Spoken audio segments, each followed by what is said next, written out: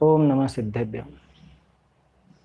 मंगलमय मंगलकरण वीतराग विज्ञान, नमो ताहि जाते हैं भय अरहंतादि महान।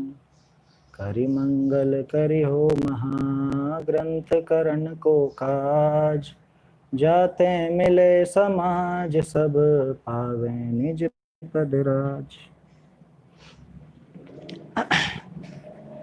मोक्ष मार्ग प्रकाशक ग्रंथ के आधार से हमको ये चर्चा करनी है। इस चर्चा में हम क्या क्या बात करेंगे, पहले उसके संबंध में मैं आपको थोड़ा बताना चाहता हूँ। मोक्ष मार्ग प्रकाशक ग्रंथ तोडरमल जी के द्वारा रचित है, ये सभी को पता है, पर ये किस किस तरह से हमारे पास पहुँचा है, क्या इसका इतिहास रहा है, उसके संबंध में भी हम थोड़ी बात करेंगे। उसके अलावा हमारा मुख्य विषय मोक्ष मार्ग प्रकाशक ग्रंथ जो हस्तलिखित था, हस्तलिखित खुद तोडरमल जी के हाथ से लिखा हुआ ग्रंथ, उस ग्रंथ के आधार से हमको चर्चा करनी। पूरा ग्रंथ हम इस व्याख्यान माला में नहीं लेंगे, लेकिन उसमें जो कुछ विशेष बिंदु थे, कुछ विशेष स्थल थे, उनके संबंध में चर्चा करेंगे। इसमें थोड़ा सा मैं आपको बताना चाहता हूँ कि मोक्ष मार्ग प्रकाशक ग्रंथ तोडरमल जी ने जब लिखा, उसके बाद उसकी हस्तलिखित प्रतियां बहुत ज़्यादा हुई, और उसके बाद जब ये प्रकाशन में आया तो प्रकाशन भी जगह जगह से अलग अलग भाषाओं में हुआ। अंग्रेजी में हुआ, कन्नड़ में हुआ, गुजराती में हुआ, तरह तरह की भाषाओं में अलग अलग संस्थाओं के द्वारा ये प्रकाशन किया गया। इस सब का इतिहास भी हम देखेंगे। साथ ही यहाँ जो हमें मुख्य विषय लेना है वो हमारा ये रहेगा कि जो भी हमारे पास उपलब्ध प्रतियां हैं उनमें, और हस्तलिखित जो तोडरमल जी का मूल ग्रंथ है, मूल उनके हाथ का लिखा हुआ, हस्तलिखित तो और प्रतियां भी मिलेंगी आपको, जगह जगह मंदिरों में आपको मोक्ष मार्ग प्रकाशक की हस्तलिखित प्रतियां देखने को मिलेंगी, लेकिन तोडरमल जी की जो मूल हस्तलिखित प्रति है उससे वर्तमान प्रकाशित प्रतियों में कहीं पर कुछ जगह पर हमको कुछ अंतर देखने को मिल जाता है। ध्यान रखिएगा, यहाँ पे हमारा विषय ये नहीं है कि किसी ने कुछ गलत छापा है या किसी ने कुछ ऐसी त्रुटियां की है या कुछ समझ लीजिए गलतियां हुई हैं। गलतियां गिनाना यहाँ उद्देश्य नहीं है, बल्कि हम इसका जो अध्ययन करेंगे वो इस रूप में करेंगे कि तोडरमल जी ने वहां पे मूल ढूंढारी में क्या लिखा था और संपादन होते होते, अनुवाद होते होते उसकी जगह पे क्या आ गया, क्यों आ गया, उसकी भी कहानी है ना, वो भी हम देखेंगे। पहले थोड़ा सा हम इतिहास देखते हैं। तोडरमल जी ने मोक्ष मार्ग प्रकाशक की जो रचना की थी, संवत विक्रम संवत 1823-24 में उसकी रचना चल रही थी, पूरी नहीं हो पाई थी, अधूरा रह गया था ग्रंथ। जैसा सबको पता है तोडरमल जी की कहानी, तोडरमल जी को राजा ने मृत्युदंड दे दिया और हाथी के पैर के नीचे कुचलवा कर उनकी हत्या कर दी गई। उसके पीछे भी बहुत लंबी सारी कहानियां होती हैं। कोई उसको 5वें 6ठे अधिकार के कारण पनपा विद्वेष बताते हैं, कोई कुछ बातें कहते हैं, कोई कुछ बातें कहते हैं। जो भी हो, तोडरमल जी की आयु पूरी हुई और ग्रंथ अधूरा रह गया। अधूरा रह गया, इसमें भी अपने को एक बात करनी है कि हमारे पास जो उपलब्ध ग्रंथ है ना, मैं आपको इसका पहले एक चित्र दिखा देता हूं। मेरे पास उसकी हस्तलिखित जो फोटोकॉपी है वो मौजूद है। ये तोडरमल जी के हाथ का लिखा हुआ ग्रंथ है, उसकी पूरी फोटोकॉपी है जो मैंने जयपुर में तोडरमल जी के मंदिर से प्राप्त की थी। इसमें जगह जगह आपको देखने को मिलेगा कि तोडरमल जी ने कितनी इसमें कटिंग की है। इससे निर्धारित हो जाता है कि यह हस्तलिखित उन्हीं की है।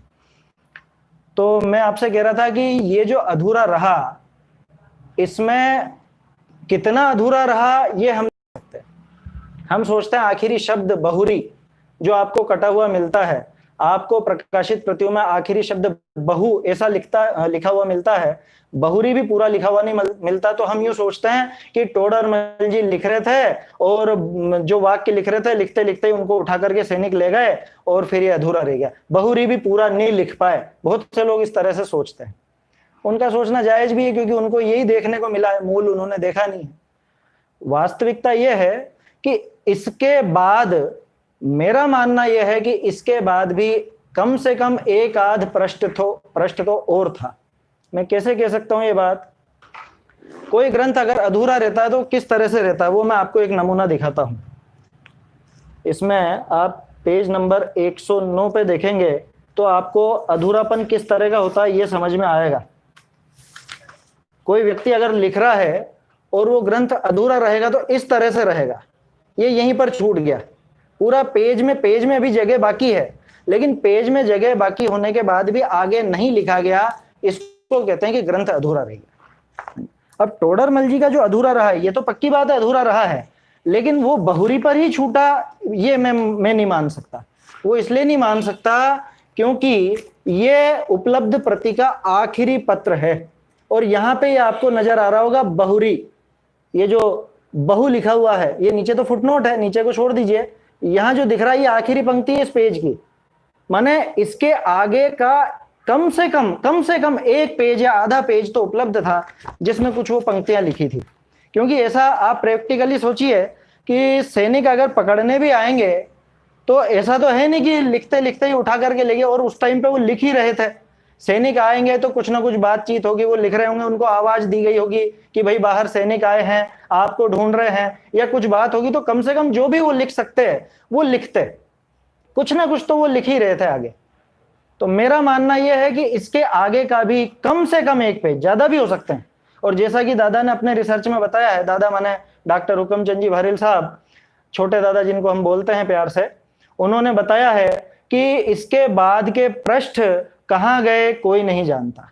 वो जब्त कर लिए गए थे, पूरी प्रति ही जब्त कर ली गई थी, किस्मत से यही कुछ पेज हमको मिल पाए थे, और जो भी पत्र उपलब्ध हुए उन्हीं के आधार से हमें वर्तमान प्रकाशन देखने को मिलते हैं। उसमें 9 अधिकार मिलते हैं, और उन 9 अधिकारों में वो सारी की सारी जो विषय वस्तु टोडरमल जी ने खोली है, बिल्कुल अभूतपूर्व है, अभूतपूर्व। ये जो हमने व्याख्यान माला यहाँ प्रारंभ की है, इसका एक उद्देश्य ये भी है कि लोगों को टोडरमल जी की ज्ञान की गंभीरता पता चले। वो एक एक बात पर, एक एक शब्द पर नहीं, एक एक अक्षर और उसकी मात्रा पर कितना जोर देते थे, ये मैं आपको इसमें सब दिखाना चाहता हूँ। व्याख्यान माला जितने दिन भी चलेगी, हम इसके कुछ विशेष बिंदुओं पर ध्यान देंगे। खैर वो आगे की बात है, अभी तो मैं आपको कुछ इतिहास के बारे में बता रहा था।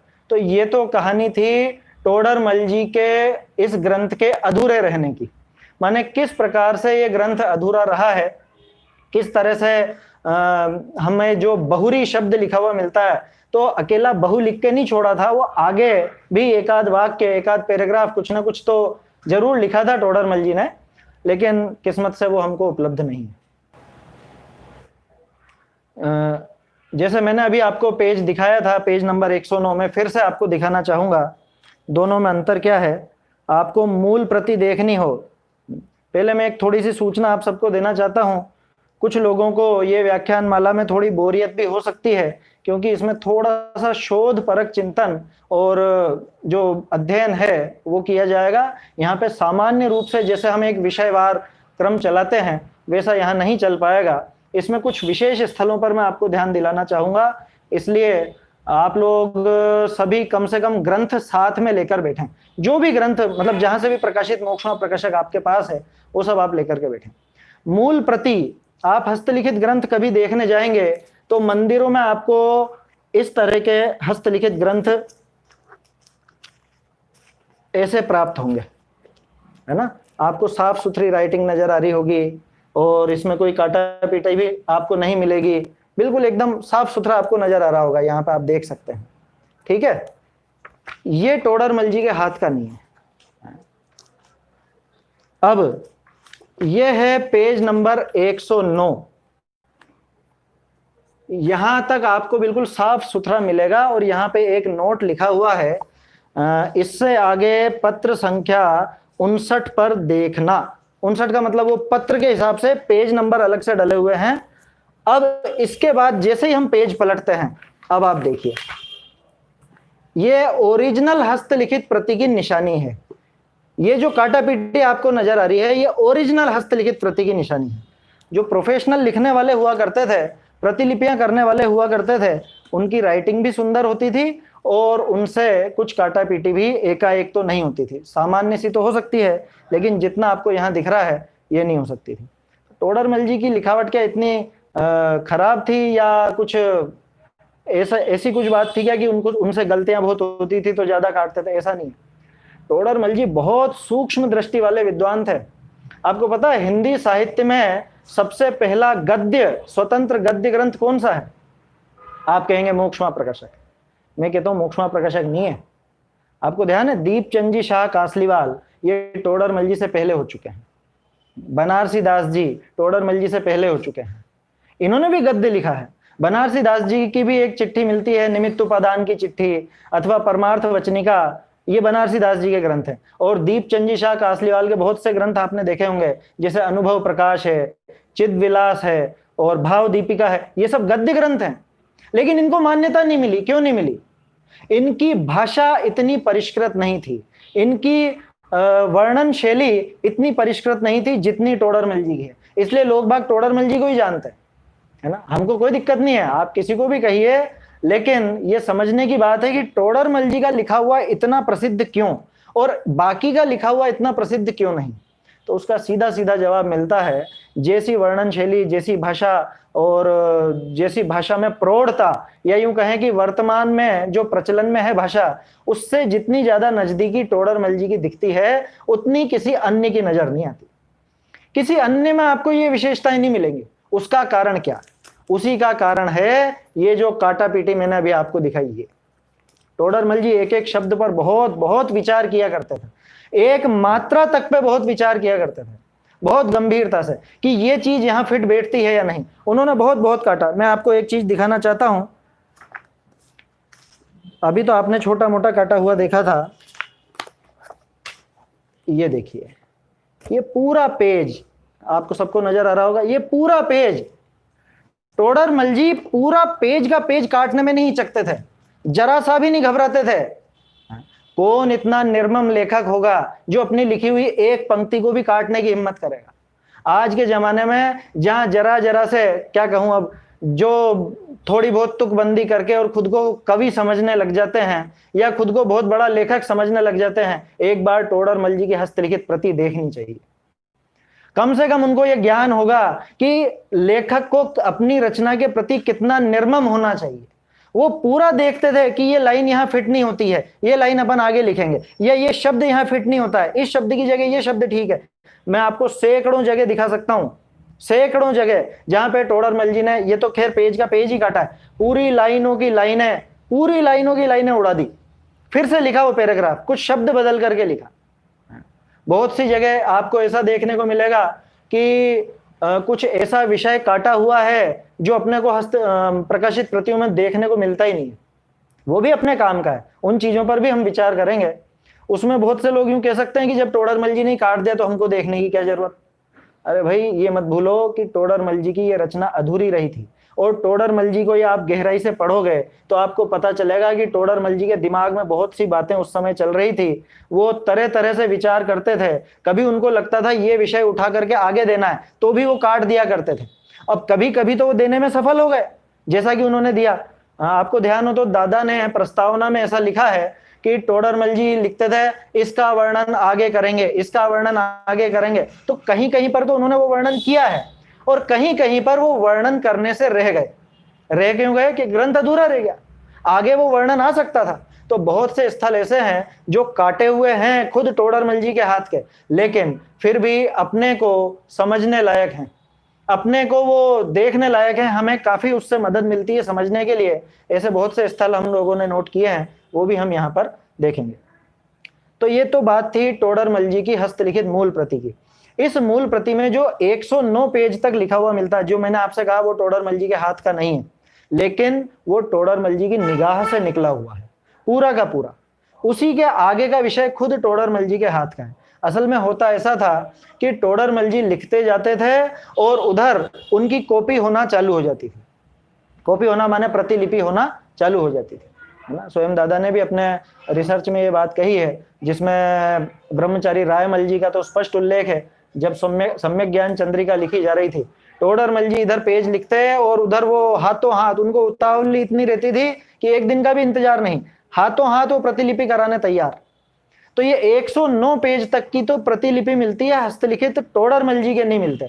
उसके बाद टोडरमल जी की मिलती है, और पूरी जो रचना है वो जो आखिरी बहुरी शब्द है वहां तक, उसमें भी बीच में 2 जगह 2 पत्र अलग से लगाए हुए मिलते हैं। वो संभवतः इसलिए हो सकता है कि वो पत्र गल गए हों, ओरिजिनल जो टोडरमल जी के थे वो पत्र गल गए हों, नष्ट हो गए हों, कुछ उनमें गड़बड़ हो गई हो, तो हो सकता है इस वजह से वो नए रूप में लिखवाए गए। ये उसमें संभावना अपन व्यक्त कर सकते हैं। जो भी हो, ये जो भी मूल है अपने पास यही उपलब्ध है, और इसी के आधार से आगे प्रकाशन होने लगे। ये तो इतिहास हुआ हस्तलिखित प्रति का। अब मैं आपको इतिहास बताता हूं प्रकाशन कहां से प्रारंभ हुआ। आप सोच रहे होंगे हिस्ट्री लेके क्यों बैठ गए। हिस्ट्री इसलिए लेके बैठना पड़ रहा है क्योंकि जिन संशोधनों पर, जिन विशेष स्थलों पर हम चर्चा करेंगे, कहीं आपके दिमाग में ये नहीं आ जाए कि ये प्रकाशित प्रतियों पर प्रश्न चिन्ह उठा रहे हैं, या ये उनकी गलतियां निकाल रहे हैं, या ये पता नहीं क्या कहां से लेकर के आ गए। इसलिए मैं ये आपको इतिहास बता रहा हूं। तो आज तो हम जितना भी हमको देर लगती है, थोड़ा सा इतिहास आप लोग समझें।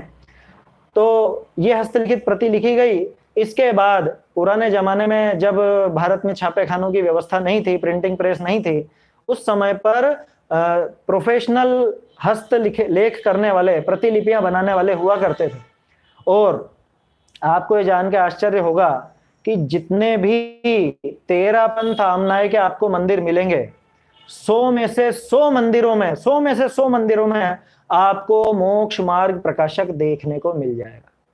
ये बात मैं इतनी दृढ़ता से इसलिए कह रहा हूं क्योंकि मैंने कुछ शोध कार्य किया है, रिसर्च वर्क किया है, पीएचडी कर रहा था मैं, तब मेरा विषय पांडुलिपियों के ऊपर ही था। और जितने भी, ध्यान रखिएगा, 13 पंथी मंदिर की बात की है मैंने, 13 पंथी मंदिर हो और उसमें मोक्षमा प्रकाशक नहीं हो, ये बिल्कुल असंभव जैसी बात है।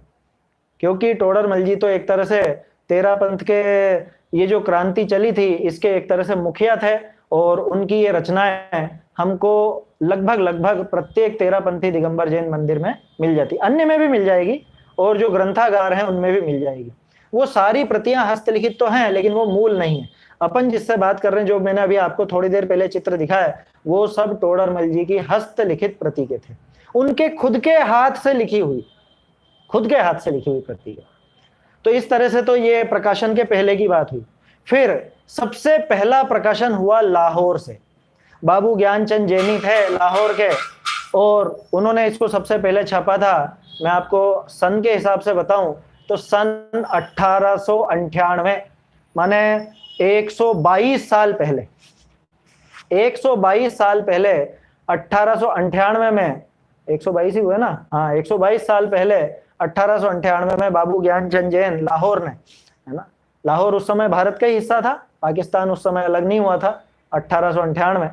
तो उस समय सबसे पहले प्रकाशन हुआ था, सबसे पहले ढूंढारी में। उसके बाद जगह जगह से प्रकाशन हुए, दिल्ली से हुए, मथुरा से हुए, और भी जगह जगह से प्रकाशन इनके हुए हैं। आप सोचेंगे कि मोक्षमा प्रकाशक माने टोडरमल स्मारक ट्रस्ट से छापा गया होगा शायद सबसे पहले, बहुत से लोग ऐसे ही सोचते हैं, क्योंकि टोडरमल जी की रचना और टोडरमल स्मारक तो बहुत बाद में सत्ता में आया है, सन 1967 में सत्ता में आया है। उसके पहले से, मतलब आप सोचो 1898 कह रहा हूं मैं आपसे, तो कब से छप रहा है, कब से, और हिंदी में भी इससे पहले छप चुका है। ऐसा नहीं है कि सोनगढ़ या जयपुर से ही सबसे पहले इसका प्रकाशन हुआ हो, अन्य संस्थाओं से भी ये प्रकाशित हो चुका है। वो लिस्ट आप देख सकते हैं, दादा ने जो प्रस्तावना लिखी है उसके अंदर ये पूरी लिस्ट आप देख सकते हैं। संवत 1898 में सबसे पहले छपा था, उसकी आज कोई हमारे पास प्रति, मतलब मुझे देखने में नहीं आई, ना उसकी पीडीएफ उपलब्ध है। उसके बाद सन 1925 में एक शायद दिल्ली से, दिल्ली से नहीं, वाराणसी से छपा था, उसकी पीडीएफ उपलब्ध है आज भी। ढूंढारी में ही छपा था, उसकी पीडीएफ मौजूद है। उसके बाद दिल्ली से छपने लगा, सस्ती जैन ग्रंथमाला करके थी, परमानंद जी शास्त्री उसके संपादक थे, उन्होंने छपा। तो ये सब तब की बात है जब कंप्यूटर टाइपिंग नहीं थी, जब प्रिंटिंग प्रेस थी, वो बड़े बड़े छापा खाने की वो प्लेटें बनती थी, उनमें अक्षर फिट करके और फिर वो छापे जाते थे।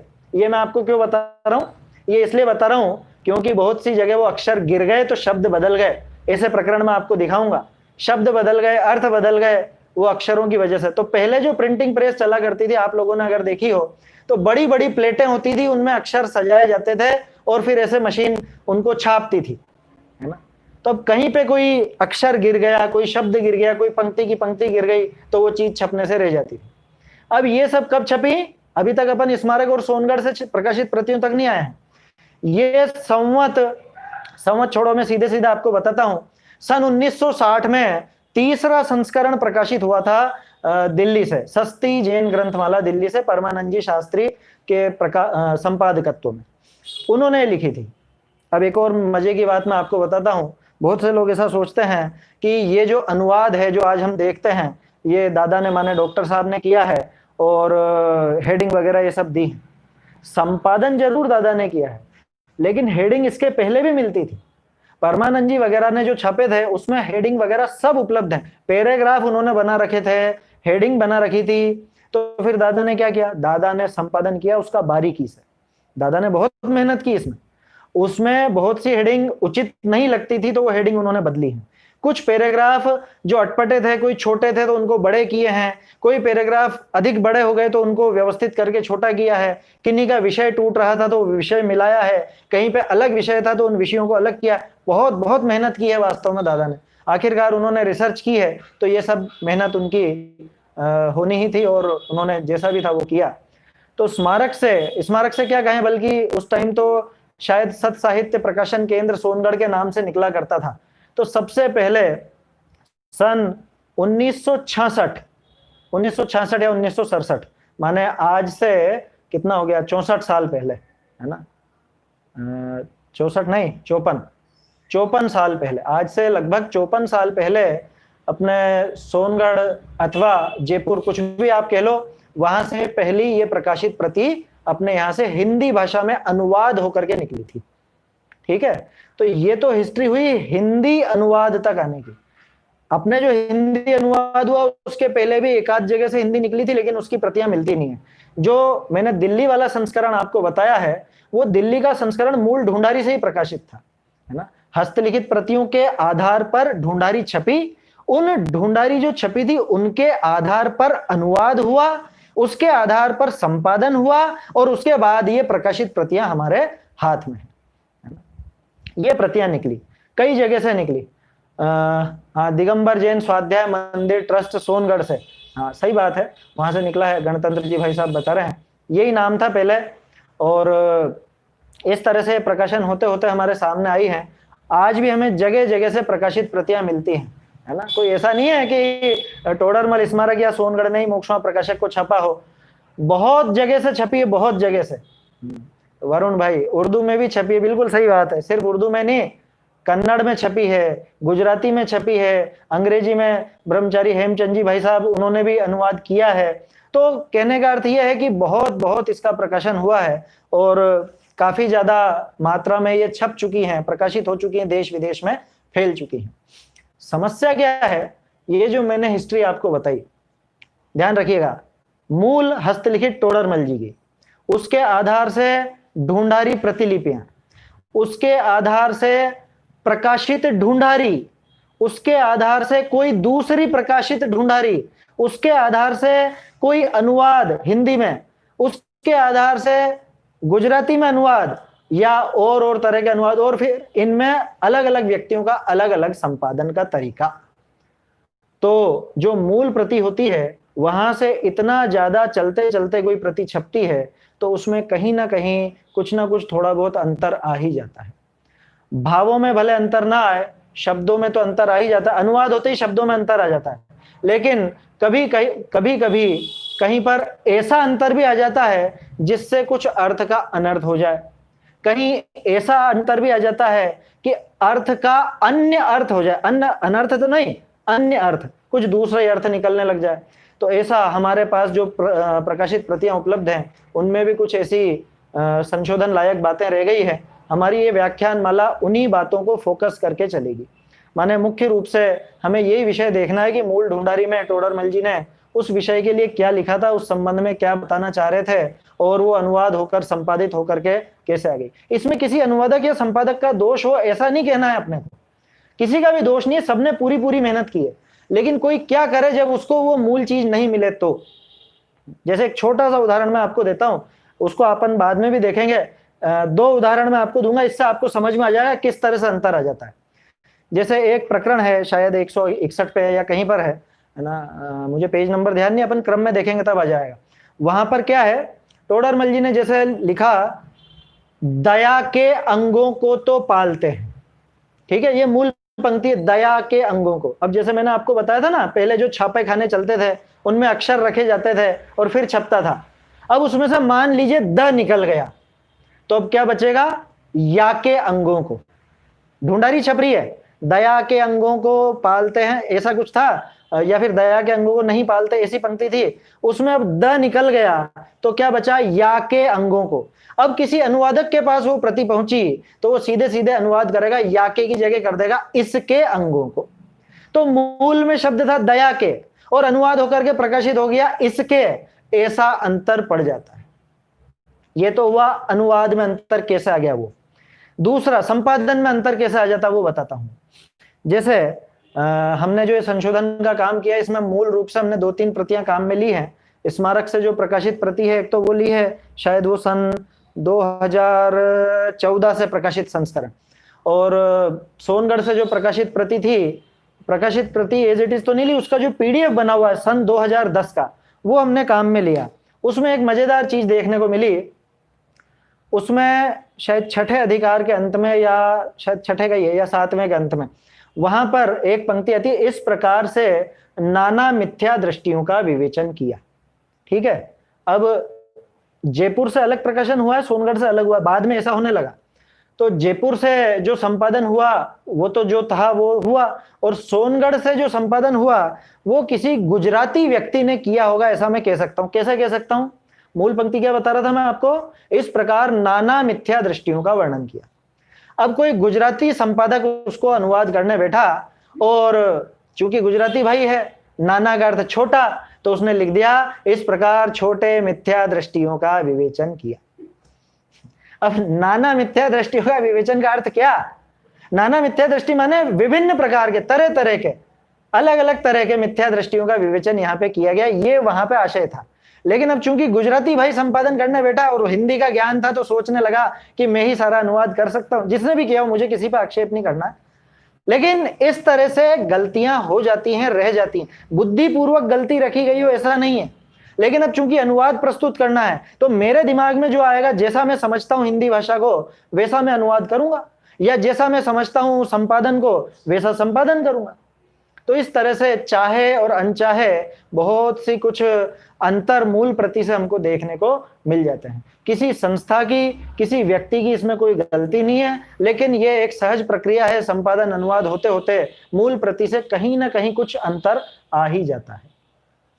तो इस तरह से ये संपादन अनुवाद होते होते हमारे हाथ में आई है। बीच में एक बात और बताना चाहता हूं, कुछ लोगों ने ऐसे प्रकाशन भी किए हैं जो दिखता तो ऐसा है कि उन्होंने मोक्षमा प्रकाशक छापा है, लेकिन असल में उनके वो प्रकाशन टोडरमल जी पर और मोक्षमा प्रकाशक ग्रंथ पर उंगली उठाने के लिए किए गए। उन्होंने बीच बीच में अपने मंतव्य बीच बीच में ठूंस दिए, विशेष नाम से, विशेष करके अथवा विशेषार्थ, इस तरह से करके उन्होंने अपने बीच बीच में जगह जगह पर अपने मंतव्य लिख दिए। भाई, जब आप किसी मूल ग्रंथकार की कोई रचना आप प्रकाशित करते हो, तो ये आपको बिल्कुल भी अधिकार नहीं है कि आप उनके बीच बीच में अपने मंतव्य घुसा दो। भले ही आप विशेषार्थ करके दे रहे हैं ना, लेकिन आप उनके भाव अगर बदलते हो तो ये बिल्कुल भी उचित नहीं है। अब उन्होंने उसके लिए बहुत मीठी भाषा का प्रयोग किया। उन्होंने टोडरमल जी के लिए पूरा सम्मान दर्शाया, और मोक्षमा प्रकाशक के लिए पूरा सम्मान दर्शाया, और साथ में ये भी कहते गए कि चूंकि टोडरमल जी को वो धवला आदि ग्रंथ उपलब्ध नहीं हुए थे, वो सब कहानी आपने सुन रखी होगी, दक्षिण देश में लोग भेजे थे धवला आदि ग्रंथों की खोज में, लेकिन नहीं मिल पाए। ये सब खुद टोडरमल जी ने भी लिखा है ना, रायमल जी ने भी लिखा है। तो वो तो कहानी सब नहीं मिले। अब वो उसी चीज को पकड़कर, चूंकि उनको ये नहीं मिल पाए, तो हो सकता है कि इस विषय में उनको इस बात का ज्ञान नहीं हो पाया और सिद्धांत ग्रंथों में ऐसा आता है वैसा आता है, कुछ अलग अपेक्षा से लेकर के कुछ अलग बात वहां पर प्रस्तुत कर दी। लगभग 40-42 जगह पर कुछ लोगों ने इस तरह से भी ग्रंथ छापे हैं। और उनके वो ग्रंथ छापने के बाद देवेंद्र कुमार जी नीमच वाले, है ना, बहुत स्वाध्यायी अच्छे विद्वान थे, डॉक्टर देवेंद्र कुमार जी जैन साहब नीमच वाले, उन्होंने उस प्रकाशन का, जिन प्रकाशन की मैं आपको बात कर रहा हूं, उस प्रकाशन के जो विशेष स्थल थे, जो उन लोगों ने विशेषार्थ करके निकाले, उसके समझ लीजिए स्पष्टीकरण में मोक्ष मार्ग प्रकाशक विशेष समीक्षा ऐसा करके एक ग्रंथ निकाला, वो भारतीय ज्ञानपीठ से प्रकाशित है, आप लोग वो भी देख सकते हैं। तो उन्होंने उसमें ये सिद्ध किया कि टोडरमल जी ने जो बातें लिखी थी वो पूरी तरह से सही थी, और आप जो उनको ये विशेषार्थ करके या कुछ और बात करके आप बताना चाह रहे हो कि ऐसा है, ऐसा नहीं लगेगा या वैसा है, ये आपकी बात पूरी गलत सिद्ध होती। उन्होंने तर्क सहित, आगम युक्तियों सहित वो सारी बातें सिद्ध की हैं। तो अगर किसी को वैसी इच्छा हो बहुत गहराई से देखने की तो वहां से देखें, और नहीं तो सीधे सीधे मोक्ष मार्ग प्रकाशक ग्रंथ का अध्ययन करें, यही बात अपन यहाँ पे कह सकते हैं। खैर वो अलग बात है, जिसके जैसे भाव हो, क्योंकि लोग बाग तो टोडरमल जी पर भी उंगली उठा देते हैं, टोडरमल जी को भी अप्रामाणिक बता देते हैं, उनके बारे में हमको कुछ चर्चा नहीं करनी है।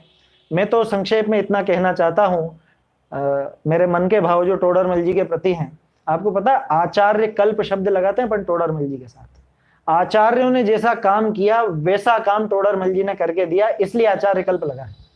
ये तो सबको पता है, इसमें क्या विशेष बात है। विशेष बात मैं तो आपको ये कहना चाह रहा हूं, मेरे मन में टोडरमल जी की भक्ति इतनी है कि टोडरमल जी का लेवल, उस लेवल की तुलना किसी अन्य विद्वान से नहीं की जा सकती, बिल्कुल नहीं की जा सकती, बिल्कुल। मतलब मैं एकदम दृढ़ होकर के आपसे ये बात कहता हूं, कोई भी विद्वान, सभी विद्वान अच्छे हैं, कोई दिक्कत नहीं है उसमें, चाहे वो भूधर दास जी हों, चाहे दयानंद राय जी हों, दौलत राम जी हों, भागचंद जी, सब इन्हीं की परंपरा के हैं, सबने इन्हीं का पोषण किया है। लेकिन जो लेवल टोडरमल जी का था, वो लेवल किसी का भी नहीं है, बनारसी दास जी तक का भी वो लेवल नजर नहीं आता, है ना। सब इनसे मिलते हुए ही हैं, सबकी बिल्कुल यही परंपरा और यही एक ही लाइन पे सभी मिलेंगे। लेकिन होता है ना किसी की, जैसे मैं आपको बताऊं, आप लोग सोचते होंगे 7वें अधिकार में निश्चयाभास, व्यवहाराभास, उभयाभास का प्रकरण है, तो टोडरमल जी ने एकदम नया विषय हमारे सामने प्रस्तुत किया। ऐसा नहीं है, दीपचंद जी शाह कासलीवाल उन्होंने भी किया है, लेकिन उनके पास वो भाषा शैली नहीं थी जो टोडरमल जी के पास थी, उनके पास वो रचना वैशिष्ट नहीं था जो टोडरमल जी के पास था। इसलिए मैं कहता हूं टोडरमल जी का लेवल सबसे अलग है, सबसे अलग।